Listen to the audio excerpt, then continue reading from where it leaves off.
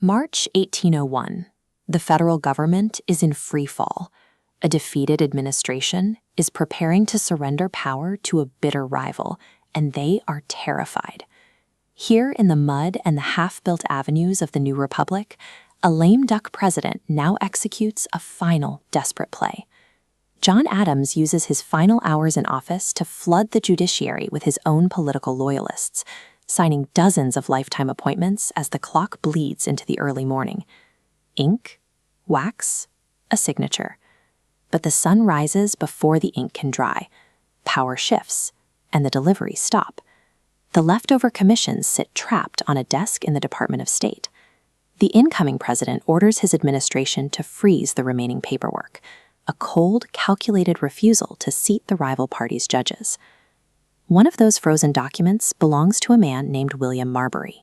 Instead of accepting defeat, Marbury bypasses the lower courts and marches straight to the Supreme Court of the United States, demanding they force the executive branch to hand over his job.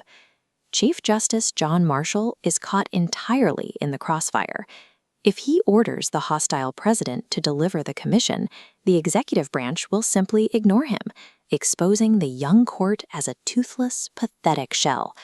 But if he bows to the president and refuses to help Marbury, he surrenders the independence of the judiciary to the whims of the highest office.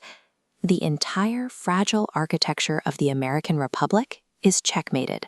A hostile executive, a trapped judge, a withheld paper, and a test of the highest law in the land. 6 men in black robes possess no army, control no treasury, and command no police force to make a rival branch yield to their rulings. Yet from this inescapable trap, Marshall pulls a third option out of thin air. A legal sleight of hand so brilliantly counterintuitive, it won't just solve a political crisis, it will crown the Supreme Court with the ultimate power to dictate what the law is.